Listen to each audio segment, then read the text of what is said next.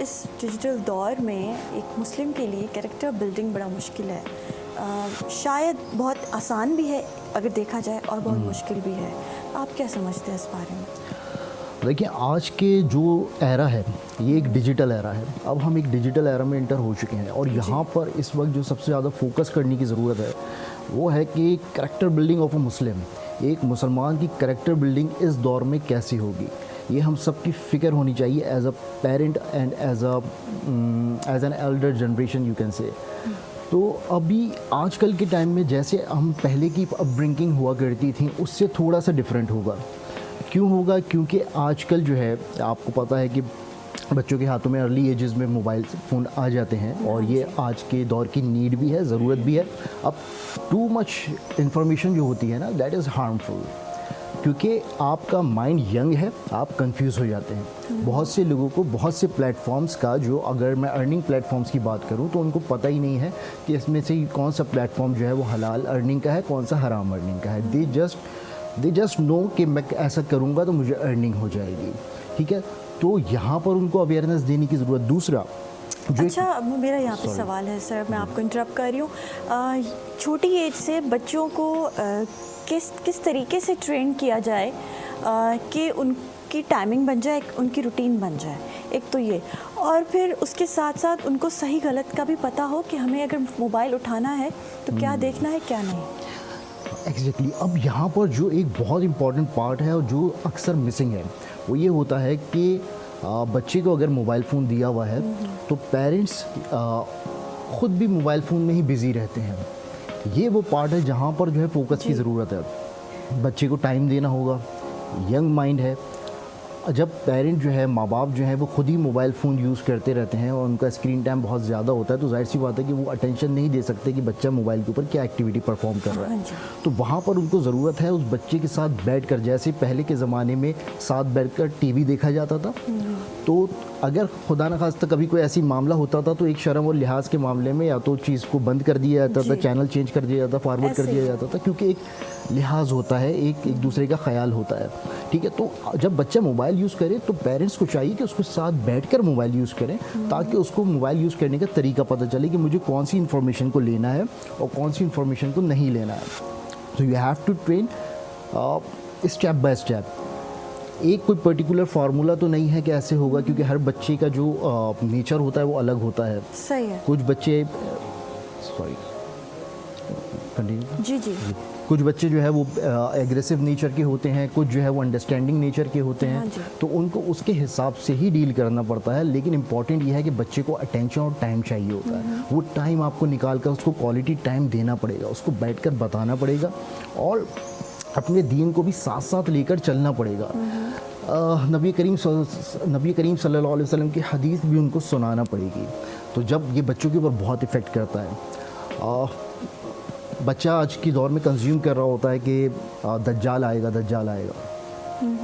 अब जब उसको उस दज्जाल के बारे में पता चलता है, और मैं आपको एक बड़ा इससे रिलेटेड एक वाक़या बताऊं कि मेरे भांजे का वाक़या है कि उसको पता चला कि दज्जाल ने आना है और दज्जाल आएगा।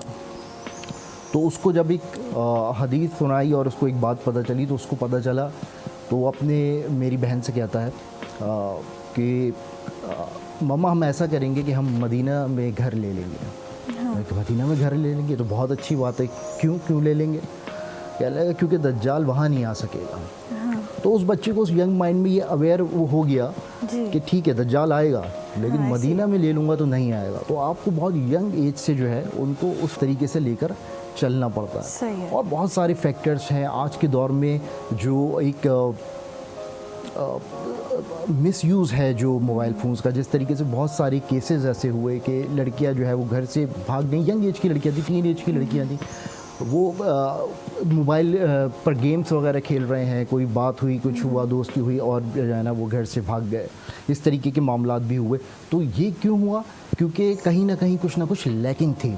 तो हमें मसला पता होना चाहिए। जब हमें मसला पता होगा तो हम उसका सोल्यूशन तो फाइनली निकाल ही लेंगे, ठीक है। तो यहाँ पर अटेंशन की ज़रूरत है, बच्चों को टाइम चाहिए होता है, उनको हमें प्लेटफॉर्म्स की अवेयरनेस देनी होगी, कौन सा प्लेटफॉर्म आपके लिए अच्छा है यूज़ करने के लिए, आपने क्या इन्फॉर्मेशन लेनी है। बीइंग अ मुस्लिम आप हैं क्या, और आपने आगे दुनिया में चलना कैसे है। आपने दुनिया की क़यादत करनी है, आपने अच्छी चीज़ों को कंज्यूम करना है और उसको फिर स्प्रेड करना है, ना कि आपने किसी और कल्चर से इन्फ्लुएंस होकर उसको अडॉप्ट करना है और अपने कल्चर को भी ख़राब करना है। अच्छा अदील साहब, ये भी बताएं कि एक तो छोटे बच्चों की बात हो गई कि उनको मोबाइल यूजेज का हमें पेरेंट्स को बताना चाहिए, और उसके बाद जब वो बच्चे थोड़ी यंग एज में, जब वो अर्न करने के एज में होते हैं, तो फिर उनको कैसे समझाया जाए कि उनके साथ इंटरेक्ट करना फिर थोड़ा डिफरेंट हो जाता है, क्योंकि उनका अपना माइंडसेट बन चुका होता है, और फिर उनको ये बताना कि ये चीज़ अर्निंग के लिए सही है और ये चीज़ अर्निंग के लिए सही नहीं है, उसके लिए भी किस तरीके से उनको गाइडेंस देनी चाहिए? देखिए, अर्निंग पॉइंट ऑफ व्यू से ना ये एक आजकल बहुत बड़ा इशू है, क्योंकि आजकल जो है ना हर नौजवान जो है वो मिलियंस में कमाना चाहता है। उसको बस ये पता होता है कि मैं ऑनलाइन बिजनेस स्टार्ट कर लूँगा, लेट सपोज मैं अमेज़ॉन स्टार्ट कर लूँगा, मैं डिजिटल मार्केटिंग स्टार्ट कर लूँगा तो मैं लाखों में कमाऊँगा। द पॉइंट इज़ डैट जो आपकी बात है उस पर आने के लिए ये समझना ज़रूरी है कि मुझे कमाना क्यों है। मैं लाखों कमाऊँगा तो उसका करूँगा क्या, उसका यूज़ क्या होगा। अब इस यूजेज की जब उसको अवेयरनेस होगी तो उसका हलाल और हराम क्लियर ऑटोमेटिकली हो जाएगा, क्योंकि ये फ़िक्र इंसान के अंदर होती है। जब वो उस अमाउंट को खर्च करेगा खालिस्तान अल्लाह की रज़ा के लिए और अपने रिश्तों के ऊपर, जैसे कि नबी करीम सल्लल्लाहु अलैहि वसल्लम की हदीस मुबारक है कि सबसे बेहतरीन सदका जो है वो अपने घर वालों पर खर्च करना है, अपने बीवी बच्चों पर खर्च करना, ये बेहतरीन सदका है। तो जब उसको ये पता होगा कि मैंने कमा कर अल्लाह की मखलूक पर खर्च करना है और खालिस्तान अल्लाह की रज़ा के लिए करना है, तो उसका जो मैकेनिज़्म है ना, जब ये बैक ऑफ द माइंड ये चीज़ होगी तो उसका जो प्रोसीजर है कमाने का वो ऑटोमेटिकली हलाल हो जाएगा किसी न किसी तरीके से, क्योंकि वो प्लेटफॉर्म पे जाने के लिए वो ये सर्च करेगा कि आया इससे जो मुझे अर्निंग मिल रही है ये हलाल है या हराम है। और ये बहुत सिंपल है, ये कोई इतना कॉम्प्लिकेटेड नहीं है। बाकी आजकल के दौर में जो ट्रेडिंग वेबसाइट्स आ गई हैं उनको देखने की बहुत ज़्यादा ज़रूरत है। मैं सिर्फ उसकी निशानदेही ये करना चाहूँगा कि जो ट्रेडिंग वेबसाइट होती है जिस पर आपको बिट लगाना होती है और क्लिक कर कर आपने बस आपको या तो प्रॉफिट मिल जाएगा, क्योंकि इनका बड़ा ट्रेंड चला हुआ है और हर अगला व्लॉगर इसको जो है इसकी एडवर्टाइजमेंट भी कर रहे हैं, यस प्रमोट कर रहे होते हैं। आई थिंक कि शायद उनको भी शायद इस चीज़ की अवेयरनेस नहीं होगी, और यही हमारा मुद्दा है कि हम अवेयरनेस अपनी जनरेशन में पैदा करें कि वो आखिर कंज्यूम क्या कर रहे हैं, वो अर्निंग के पैटर्न्स क्या हैं। तो आपने बिल्कुल सही कहा कि बहुत सारे ऐसे व्लॉगर्स हैं जो इस तरीके की वेबसाइट्स को प्रमोट कर रहे होते हैं, और ये बिल्कुल भी सही नहीं है। लोगों ने अपने लाखों रुपए इसके अंदर गंवाए हैं। मैं पर्सनली भी लोगों को जानता हूँ, और भी बहुत सारे आप लोगों को सोशल मीडिया पर ऐसे एविडेंसेस मिल जाएंगे कि बहुत लोगों ने अपने बहुत सारे पैसे गंवाए हैं। इवन कि वो दूसरे लोगों से भी इन्वेस्टमेंट ले लेते हैं कि तुम भी इन्वेस्टमेंट हमारे पास डाल दो क्योंकि मैं महीने का इतना कमा रहा हूँ, इतना आ जाएगा। शुरू में तो उनको एक आध दफ़ा मिलता है, उसके बाद या तो वो प्लेटफॉर्म बंद हो जाता है या फिर वो आपको प्रॉफिट देना रोक देता है। लेकिन 2-3 प्लेटफॉर्म ऐसे हैं जो अभी तक बंद नहीं हुए और वो बड़े लॉन्ग टर्म से चल रहे हैं, और मेरे ख्याल से उसमें बहुत ज़्यादा लोग इन्वॉल्व हो चुके हैं। जब पीक पर आते हैं तभी ज़्यादातर बंद होते हैं। जब पीक पर आते हैं तो अब वो काफ़ी अरसे से चल रहे हैं, उन्होंने अपनी क्रेडिबिलिटी बना ली है। और अगर इवन कि आपको पता है कि बहुत सारी कंपनीज़ ऐसे प्लेटफॉर्म्स पाकिस्तान में रजिस्टर्ड भी होते हैं, उसके बावजूद वो जो है ना अपने आप को एक दिन डिफ़ॉल्ट करते हैं। तो अच्छा, इनसे आई हुई अर्निंग क्या ये हलाल है या हराम है? देखिए, डिपेंड कर रहा है कि वो प्रॉफिट बन किस तरीके से रहा है पीछे।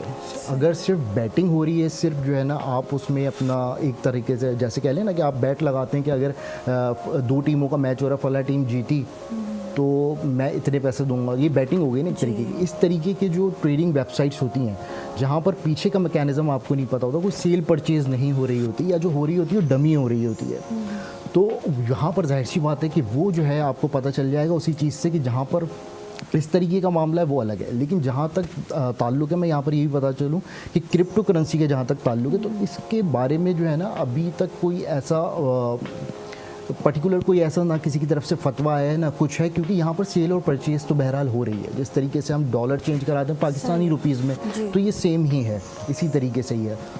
लेकिन इसके ऊपर अभी हम कुछ नहीं कह सकते हैं फ़िलहाल।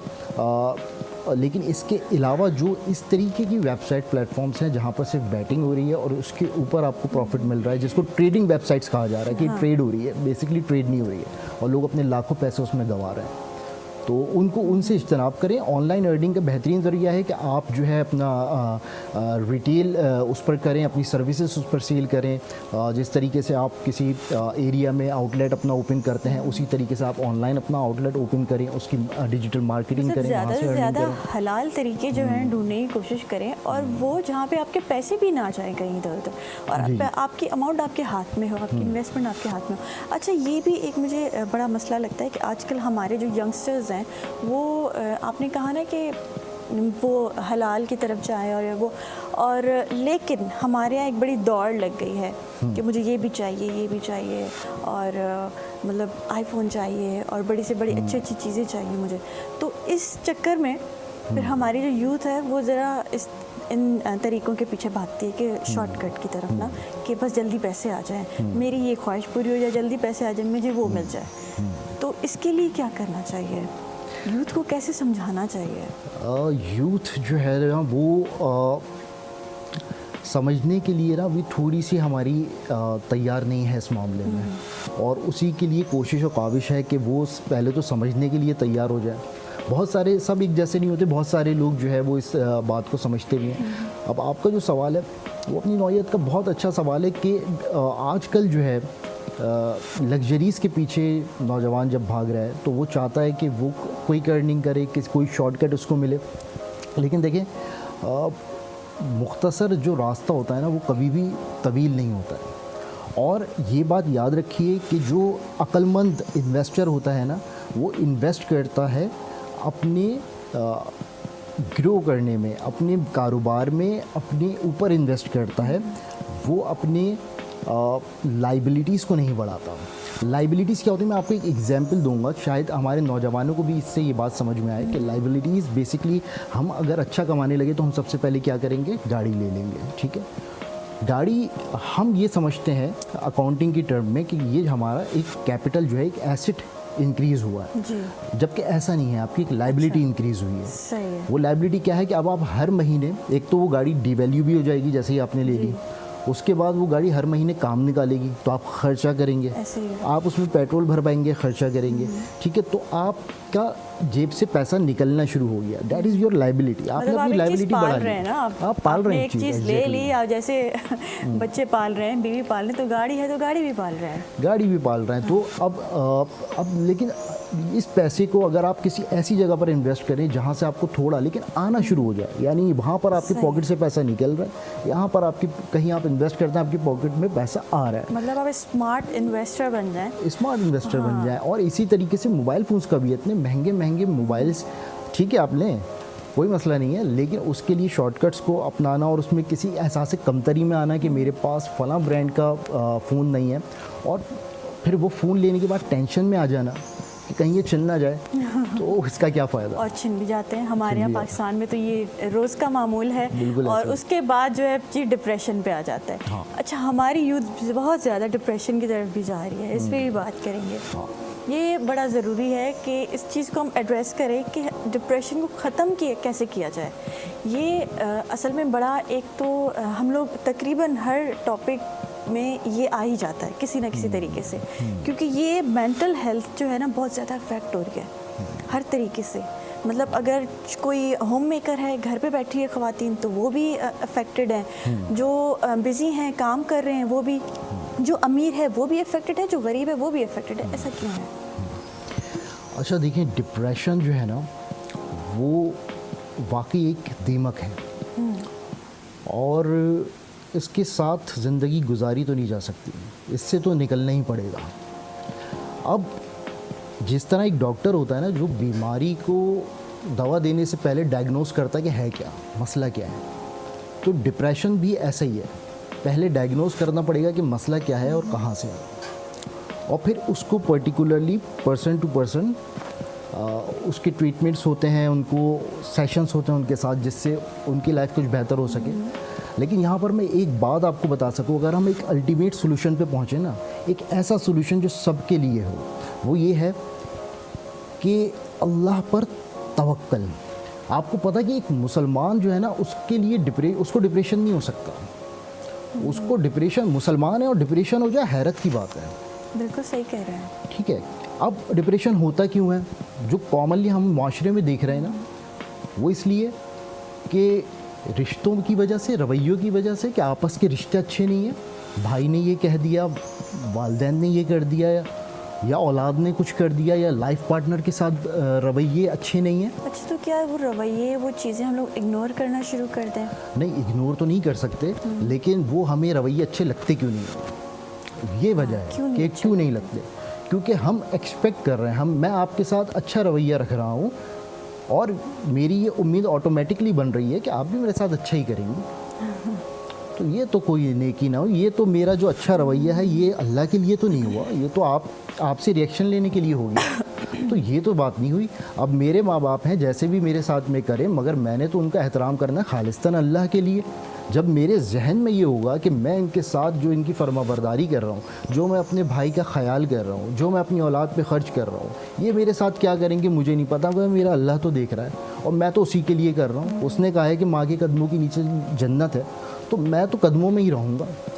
ठीक है। तो जब आप नतीजा अल्लाह से जोड़ लेते हैं तो फिर आपको वो चीज़ें इफ़ेक्ट नहीं करती कि फ़लाँ ने आपके साथ बदला किया या नहीं किया, क्योंकि आपको पता है कि बदला कहाँ से आना है और आपको पता है कि वो दुनिया में मिलेगा और आखिरत में भी मिलेगा और बेहतरीन मिलेगा। और जितना कोई आपके साथ बुरा करता है ना, तो अल्लाह इतना रहमान है कि उससे बड़ा अजर देगा। तो ये तो इनाम जमा कर रहे हैं आप। लेकिन इंसान को ना, करने वाले को ट्रस्ट होना चाहिए, यकीन होना चाहिए अल्लाह पे, यही तभी ये सारी पर चीज़ें तवक्कुल, सीधी मैंने राह पे इसीलिए कहा जाती कि हैं। बिल्कुल एग्जैक्टली, इसीलिए कहा कि जब अल्लाह पर तवक्कल होता है ना, फिर डिप्रेशन नहीं होता। तो अगर हमें कहीं ना कहीं हो रहा है ना, तो हमें क्या करना है कि हमें सिर्फ अल्लाह की रस्सी को मजबूती से थाम लेना है, सुबह शाम के अस्कार पढ़ने हैं। जो सुबह शाम के अस्कार हैं वो बहुत ही ज़रूरी हैं। वो हमारे लिए ना दोपहर और रात का खाना जैसे हम 2 टाइम खाते हैं ना, वो वैसा ही है, वो हमारे लिए खाना है। अच्छा, आज बड़ा मुबारक दिन भी है, जुम्मे का दिन है, तो आप भी ज़रा अपने अस्कार जो होते हैं क्या पढ़ती हैं? आप अपनी लाइफ में क्या चेंजेस फिर उसके बाद देखते हैं? देखिए, अल्लाह के नाम और अल्लाह के अस्कार ऐसे हैं कि आप उसका एक नाम जो इतना मुबारक नाम है वो एक दफ़ा दिल से ले लेना तो आपका मसला हल हो ही जाता है। लेकिन मैं आपको कुछ बता देता हूँ, ऐसे तो काफ़ी सारे हैं, लेकिन एक ज़िक्र अल्लाह ताला का जो है वो ऐसा है कि अगर आप सुबह और शाम इसको 7-7 दफ़ा पढ़ लेना, फजर के बाद आप 7 दफ़ा इसको पढ़ लें और शाम में 7 दफ़ा आप इसको मगरिब की नमाज़ के बाद पढ़ लें, तो सुबह पढ़ें तो शाम तक और शाम में पढ़ें तो सुबह तक, अल्लाह ताला आपके तमाम कामों की ज़िम्मेदारी उठा लेता है। आपके काम आसान हो जाते हैं, आपको फ़िक्र नहीं होती कि मैंने ये करना है, होगा, वो काम हो जाएगा। और वो इस तरीके से कि हस्बी अल्लाहु ला इलाहा इल्ला हु अलैहि तवक्कलतु व हुवा रब्बुल अर्शिल अज़ीम 7 दफ़ा पढ़ना है, छोटी सी आयत, ये ज़िक्र है। इसके अलावा जब परेशानी आए, ख़ासकर जो लोग डिप्रेशन में हैं, या हय्यो या क़य्यूमो बिरहमतिक अस्तग़ीथ, ए ज़िंदा ए कायम रखने वाले, मैं तुझसे तेरी रहमत से मदद मांगता हूँ। बहुत ज़बरदस्त ज़िक्र है। इस्तिग़फ़ार पढ़ना चाहिए।